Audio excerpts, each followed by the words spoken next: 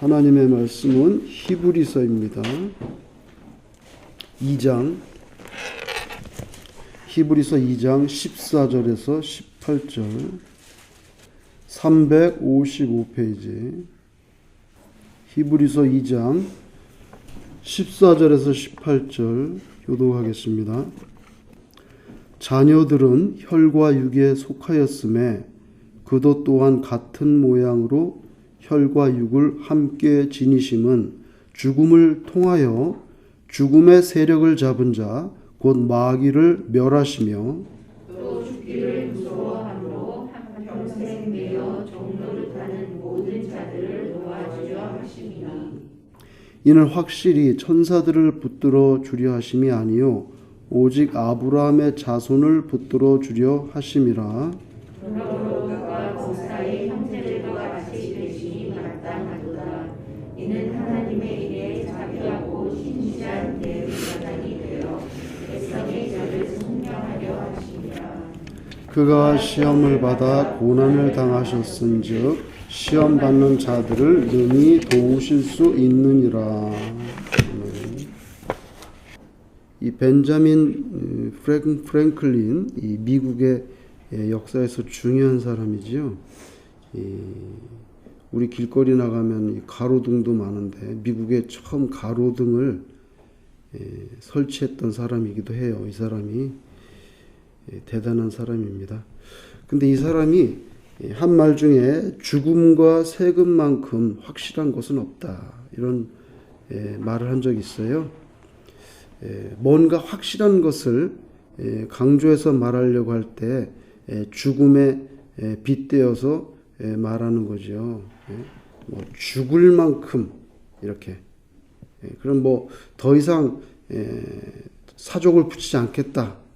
죽을 만큼 확실한 것이 없죠. 죽음을 피해갈 수 있는 사람도 없습니다. 근데 신자가 죽음의 순간을 영광스럽게 맞을 수 있게 하려고 한다 해도 죽음이 본질상 선한 것은 아니에요. 그죠? 죽음이 본질상 선한 것이 아니라는 것은 부정할 수가 없습니다. 왜냐하면 죽음이라는 게 인간의 죄 때문에 들어온 거기 때문에, 성경에서는 죽음이 죄의 싹이라고 말하잖아요. 근데 여러분, 한국말로 죄의 싹은 사망이라 그랬는데 죄의 싹이라고 했을 때 그 싹이 뭔지 아세요? 리워드입니다. 리워드. 정확하게 번역하면 여러분이 크레딧 카드 쓰시면 리워드가 나오죠.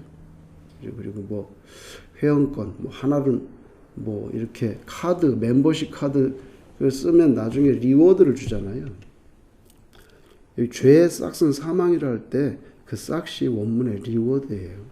그럼에도 오늘 본문 14절 15절에 기록되어 있듯이 성육신하신 예수 그리스도께서는 오늘 뭐라고 말하는지 아세요? 죽음을 통하여, 이렇게 말씀합니다. 죽음을 통하여 죽음의 세력을 잡은 자, 이건 사탄이죠. 사탄입니다. 그죠?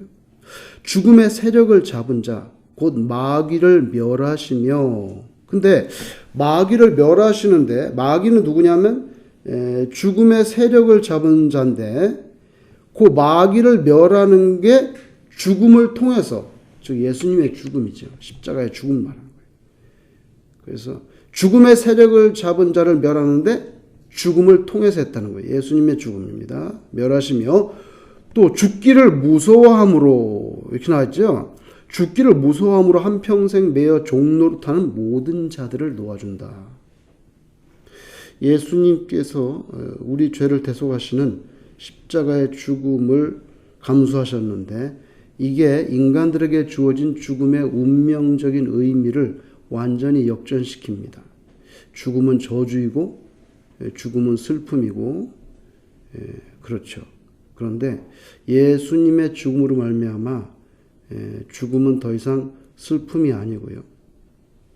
죽음은 더 이상 저주가 아닌 게 되는 거죠. 신자들에게. 죄의 결과로 주어지는 죽음. 에녹하고 엘리야 빼고는 성경상으로 엘리야하고 에녹을 빼고는 전부 이 죽음을 건너가야 되거든요. 그래서 이건 여전히 슬프고 비통한 거죠. 선한 게 아니에요, 죽음은. 그럼에도 불구하고 주 안에서 죽은 자들은 복되고 그들의 죽음은 영광으로 들어가는 문이 된단 말이죠. 원래는 죽음이 저주이고 슬픔이고 파멸인데 인간에게 주어진 그 죽음이라는 운명의 의미를 완전히 역전시킨 분이 예수님입니다. 그래서 예수 믿는 사람들은 더 이상 죽음이 저주가 아니고 영광으로 들어가는 출발이 되죠. 요사이는 뭐 책이 뭐 홍수같이 많이 쏟아지고 또 요새는 이제 책을 보지 않고 전부 컴퓨터로 그냥 검색만 하는 그런 완전히 다른 세상이 됐어요. 그래서 옛날에는 뭐 여름방학 되면 교수가 책을 한 10권 싸가지고 시골 어디 가서 시냇가에 발 담그면서 책이나 좀 읽고 오지 이렇게 말했는데 이제는 그런 시대가 아니에요. 그냥 컴퓨터에서 검색을 하는 완전히 다른 별천지가 된 거예요. 그래서 인간의 뇌 속에는 사색은 없습니다. 사색은 없고 검색만 있는 거예요. 편리하죠. 정보가 빠르고. 그렇죠? 근데 옛날에는 그 책이 없었잖아요. 17세기에 존 버년이라고 하는 사람이 공부도 많이 못한 사람인데 감옥에 가가지고 10년 이상 하면서 책을 썼는데 그 유명한 철로 역정이라는 책이에요. 옛날에는 성경 다음으로 많이 읽혔던 책이라고 그래요. 그 책이. 별 재미는 없어요. 그게. 한 번은 읽어볼 만해. 성경 다음으로 많이 읽혔다고 한 책이니까. 지금은 뭐 아니지만. 근데 거기 주인공이 나와요. 주인공 이름이 크리스찬이에요. 이거는 그 알레고리컬한 그런 소설이기 때문에 거기 주인공 이름이 크리스찬입니다.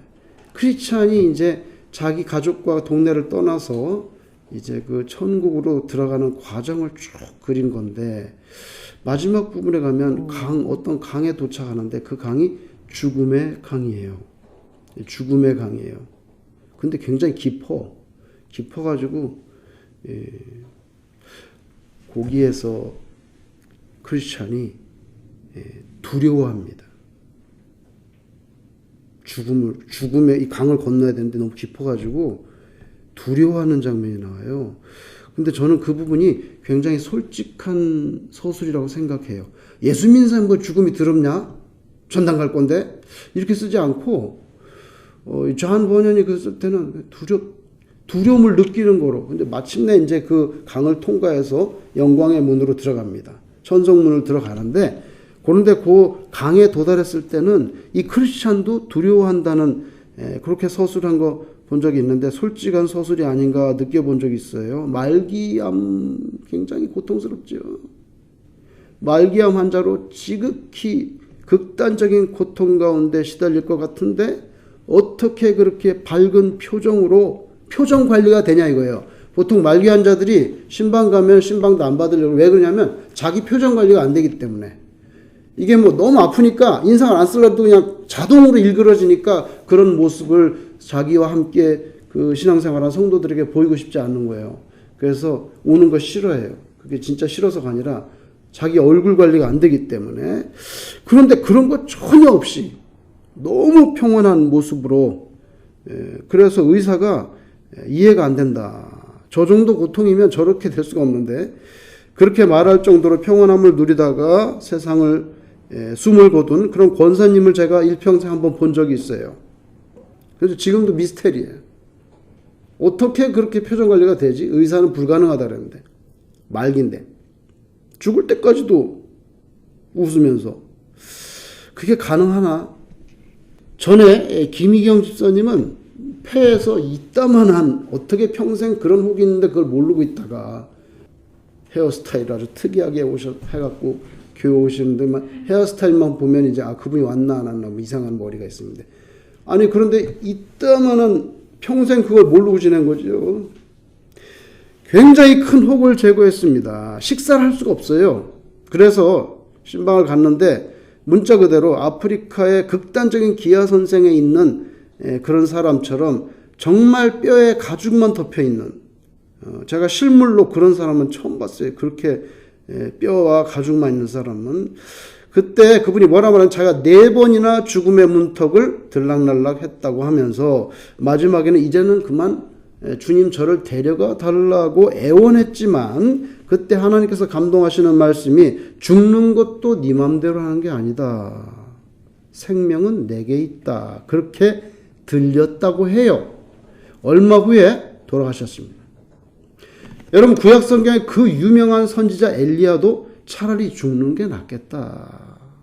생명을 거두어 달라고 했죠. 죽는 게 낫겠다고. 근데 하나님이 어떻게 했어요? 죽였어요?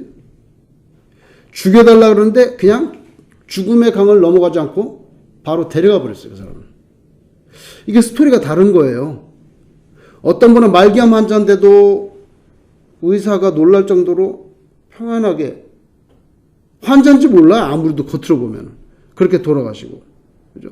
어떤 분은 4번이나 왔다리 갔다리 하다가 이제 그만 데려가 달라 그러는데 죽는 것도 네 맘대로 하는 게 아니다. 어떤 분은 죽여달라 그러는데 그냥 데려가요. 죽은 엘리야는 그냥 데려가시고. 여러분, 신자라도 고난과 역경이 심해지면 엘리야가 죽여달라 그랬잖아요. 예레미야 뭐라 말했습니까? 내 생일이 저주를 받았으면 좋았을 뻔했는데. 욥은 뭐라 말했습니까? 등남하였다는 소식이 전해지지 말았어야 되는데. 얼마나 굉장한 표현이죠, 이게. 그러나 여러분, 시간 문제입니다. 예수님 십자가의 보혈과 부활을 믿는 신자는 서로 다 다른 스토리를 가지고 있어요. 어떤 분은 평안하고, 어떤 분은 뭐 일그러지고, 어떤 분은 그냥 올라가고, 과정은 다 다르게 거치겠지만 결국에는 천성문으로 들어가서 결국에는 주님을 만나게 된다는 거지요. 된다는 거예요. 그러니까 그 사람 모습하고 나하고 똑같을 수는 없어요. 다 이러저러한 모습으로. 그러나 마침내 철로역정에서 말한 것처럼 죽음의 강을 건너서 이제 천성문으로 들어가게 됩니다. 돼지가 죽었는데요. 1시간이 지났어요. 그런 죽은 돼지 사체에 특별한 그 인공적으로 만든 용액을 주사합니다. 그 약물을 넣으니까 1시간에 죽은 돼지가 심장이 다시 뛰고 뇌의 일부도 살아납니다. 아직 실험 단계지만 인간이 지금껏 상상하기 어려웠던 분야의 생체 분야 실험에 성공했어요. 이거 예일대 신경과학자 팀이 지난 8월 달에 저널에 발표했어요. 오르간 X라는 특수 용액을 주입했는데 이걸 딱 주입하니까 장기에 혈액이 딱 돌자마자 산소가 공급되면서 세포 활동이 재개됐는데 놀라운 거는요. 죽은 지 1시간 된 돼지가 심장이 뛰기 시작하는 거예요. 간에서 알부민이 나오고 그 다음에 콩팥이 월킹하기 시작했다 그랬어요. 이게 저널에 냈어요. 이거 실험 단계지만 굉장히 중요한 사건입니다. 왜냐하면 장기 이식을 기다리는 이 세상에 수많은 환자들이 있어요. 제가 아는 어떤 분도 장기 이식 받는데 언제 전화 올지 모르니까 24시간 전화, 왜냐하면 바로 의사 가면 바로 택시 타고 오라는 거예요. 그래서 그분이 이식 받았는데 여러분, 장기 이식을 기다릴 수많은 환자들에게 장기 기증을 약속했던 분들이 주는 장기들을 빨리 2시간 안에 옮겨야 돼. 2시간 안에 이식해야 돼. 안 그러면 그 장기를 못 쓰는 거예요. 그러니까 2시간 안에 옮길 수도 있지만 2시간 안에 못 옮기는 것도 있죠. 그러면은 그 주사액을 쏘면 돼지 사체 1시간 됐는데 심장이 다시 뛰기 시작했단 말이에요. 그러니까 이거는 뭐 의료계에, 그죠? 장기 기증 약속했던 분들의 주요 장기들이 인위적으로 한동안 계속 살려둘 수 있다는 그 가능성에 대해서 문을 열었단 말이에요. 의료기술이라는 게 이렇게 발전해 나오고 있어요. 여러분, 그렇지만 돼지의 심장, 간, 콩팥, 이게 돼지하고 사람하고 제일 비슷하다고 그러거든요. 그걸 뛰게 하고 다시 움직이게 한다. 근데 결정적인 문제가 있어요. 뭐냐면 인간의 영혼에 관해서는 어떻게 할 거냐는 거예요. 신앙이 없는 세계에서는 별 문제가 안 되겠지만 신자 입장에서 보면 돼지의 심장을 다시 뛰게 한들, 자, 그 사람 만약에 사람 죽었는데 만약에 나중에 발전돼 가지고 장기식 받아서 심장까지 이식하고 다 했어. 죽었는데 다시 살릴 수도 있는 엄청난 사건에 대한 문을 열어놨단 말이죠. 그러면 그 한 인간의 영혼에 대해서 누가 어떻게 책임을 질 거냐 말이죠. 이거 결정적인 이슈예요. 하나님이 일단 어떤 한 사람의 영혼을 다시 불렀는데, 그런데 그 육체를 장기이식으로 되살려버리면 하나님이 이미 불러들인 영혼을 다시 어거지로 하나님이 돌려줘야 되는가, 그러면. 인간의 죽음이 의료적인 정의, 그 이상의 이슈를 안고 있기 때문에 장기이식, 안락사, 그다음에 어보션, 그 낙태, 요거는 의료적인 법률적인 사망의 정의로 끝나는 게 아니라 이게 신학적인 문제가 됩니다. 그 안락사 문제가 되죠. 이거 사람이 어쨌든 죽이는 거잖아요. 이거 그 낙태도 마찬가지. 만약에 영혼이 언제 있어요? 영혼이 언제 생기는 거예요? 아기가 몇 달째 영혼이 가서 아기가 뭐 3개월째 영혼이 가서 달라붙는 거예요? 아니면 아이가 심장이 움직일 때 영혼이 달라붙는 거예요? 인간의 디그너티는 영혼 때문인데 영혼이 언제 달라붙냐 이거예요. 그럼 영혼이 달라붙은 거를 죽이면 문제가 되지. 근데 그 영혼이 언제 달라붙는지를 누가 알아? 성경에서는 만세 전부터 예정했다 그랬어요. 문제가 되는 거예요. 그럼 살인이 되는 거예요. 잘못하면 여러분 심장을 뛰게 하고 심지어는 뇌를 다시 살린다고 해도 아무도 그 한 영혼의 천국과 지옥이라는 내세의 갈림길에 대해서는 집행을 정지하거나 아니면 재생시킨다는 그런 결론을 낼 세상의 어떤 권위도 그런 권위를 부여받은 적이 없단 말이죠. 구원받지 못한 영혼, 그 육체라는 건요, 죄송하지만 돼지 심장 뛰듯 뛰고 있다 해도 본질상 껍데기입니다. 인간은 그래서 사실 평생 신경 써야 될 게 뭔지 아세요? 한국에서 그렇게 유별나게 유행하는 그런 웰빙이라는, 있는데 우리 학교 다닐 때는 그런 웰빙이라는 걸 잘 들어보지도 못했는데 한 20년 전부터 갑자기 웰빙이 나타났어요. 뭐 어디 시골에 뭐 흙가마에 가서 땀을 쭉 빼고 뭐 맛집에 가서 밥을 먹고 뭐 그런 웰빙. 그 웰빙이 아니라 인간이 정말 신경 써야 될 거는 웰다잉이라 웰다잉. 잘 사는 것도 중요하고, 그렇지만 궁극적인 잘 죽는 거. 이건 내세를 기정사실하고 있는 기독교 신앙의 세계에서 가장 핵심적이죠. 왜냐하면 뭐 웰빙도 좋아요. 그러나 이 땅의 삶은 100년 정도인데 내세에 하나님 나라의 삶은 영원하단 말이죠. 그러면 시간의 길이로 따지면 내세가 현세보다 수억만 배 중요한데 그 웰빙이 중요하냐? 웰다잉이 중요하냐? 웰다잉은 그 내세가 시작되는 출발이잖아, 거기가. 출발. 아무리 고도로 발달된 의료 기술로 돼지 심장까지 뛰게 한다 해도 인간의 주요 장기 이식에 새로운 역사를 쓴 출발했다 해도 영혼의 문제가 확실하지 않으면 그냥 그거는 사실은 뭐 10년, 20년 연장할 수 있겠죠. 그러나 언젠가는 폐기돼야 될 무생명 마네킹에 불과한 거예요. 어쩔 수 없어요. 그 기독교 진리예요. 예수님께서 이 땅에 육신 입고 오신 이유 한 가지입니다. 바로 십자가에서 우리 죄를 대신해서 형벌의 대가로 죽으시고 다시 부활하시기 위한 오직 그 이유 때문에 오셨어요. 그런데 그 예수님에게 우리는 너무 많은 이상한 어색한 이유를 붙여요. 그래서 정치적인 해방자의 모습 예수님, 복을 주는 그런 예수님, 너무 많은 것들을 붙였는데 본질은 하나야. 죄를 해결해서 영혼을 건져가지고 하나님 나라로 들어가게 하는 것. 여러분, 하나님의 독생자들 예수께서 인간이 되신 거는요, 세상적인 삶의 모든 제약, 리밋이 있잖아요. 하나님은 리밋이 없는데 그 리밋 속으로 들어왔단 말이에요. 하나님이. 그 예수님이 완전히 들어오셔서 마침내 사망에 이르기까지 인간들과 하나가 됐어요. 처지가 하나가 됐다는 거예요. 처지가 하나 된 거에 요게 인간들에게 구원을 가져다 주는 하나님의 방법이라는 거예요. 이렇게 생각합니다. 성부 하나님이 야 그럼 나 용서한다. 구원 받아라. 아니면 말로 하시지. 왜 독생자 예수를 굳이 구차하게 인간의 육신을 입고 하늘 보좌를 버리고 뭐 베들레헴에 오셔가지고 그냥 마구간에 나오고 그다음에 또 뭐 육신을 입고 뭐 피를 철철 흘리면서 굳이 그렇게 하나님이 너 그냥 구원한다. 그럼 되시지 왜 이렇게 복잡하게 하셨나? 근데 그게 하나님의 방편이에요. 독생자 예수님을 인간으로 보내셔서 모든 리밋 가운데 같이 넣으셔가지고 비슷하게 만들어가지고 죽게 만들어서 하나님의 죄에 대한 저스티스를 너한테 대신 받고 인간 구원하는 거.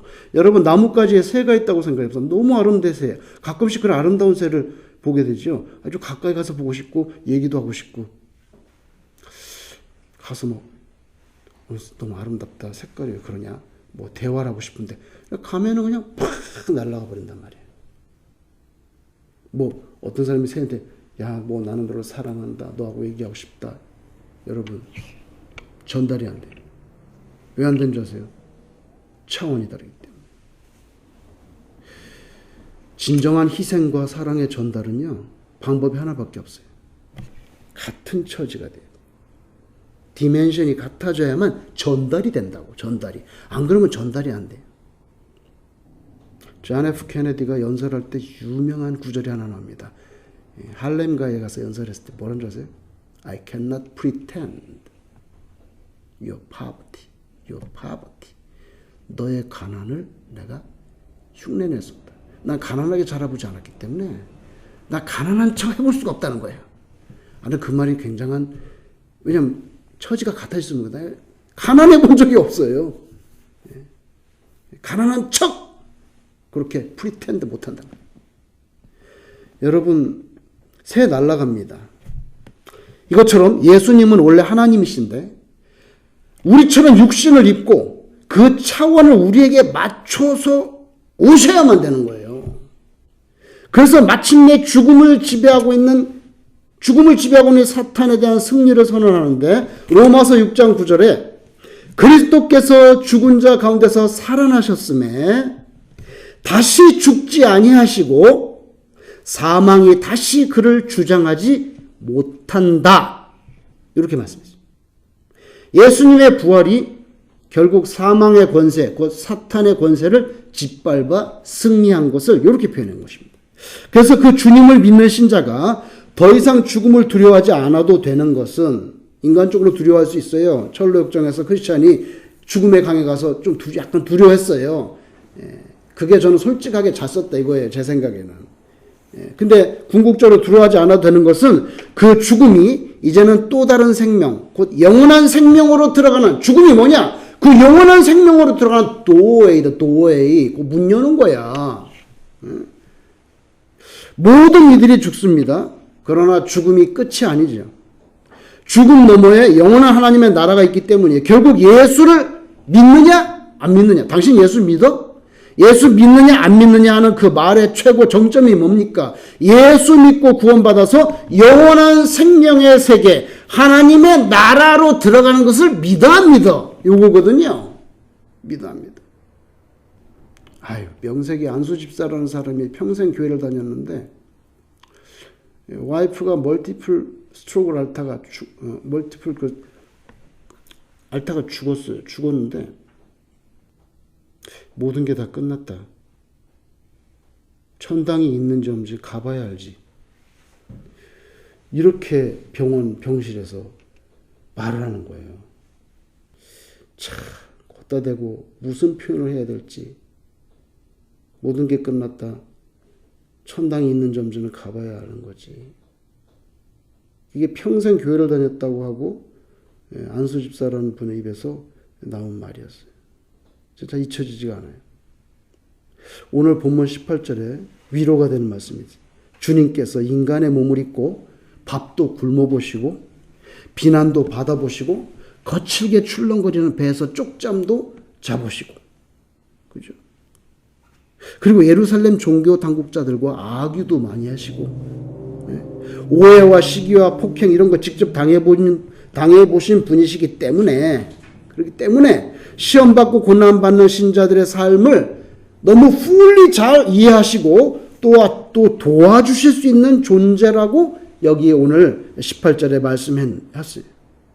예수님을 인격적으로 믿고 의지할 수 있는 근거가 됩니다. 왜? 예수님은 뭐 밥도 굶어보시고 울기도 해보시고 비난도 받아보시고 악유도 해보시고 배에서도 막 쪽잠도 주워보시고 막 악유도 하시고 우리랑 똑같아 모습이.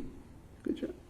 그러니까 의지할 때 그분이 도와주실 수 있다는 거예요. 삼위일체 하나님이시기 때문에 성령님의 역사를 강구하는 것도 맞지만 인간의 역사 속에 직접 뛰어 들어오셔서 인간의 모든 모습과 성정을 직접 체험하셨던 나사렛의 목수, 그죠? 주이시 카핀터, 우리의 구세주 예수님이 인간적으로 좀 더 친근하게 느껴질 수 있는 부분이 바로 이 부분입니다. 그래서 예수님은 소설 속에 나오는 허구적인 인물이 아니고 예수님은 저 하늘 높은 데에서 그냥 이렇게 내려다보는 초월적인 신으로서의 성부 하나님 굉장히 좀 멀리 느껴지잖아요. Up to there.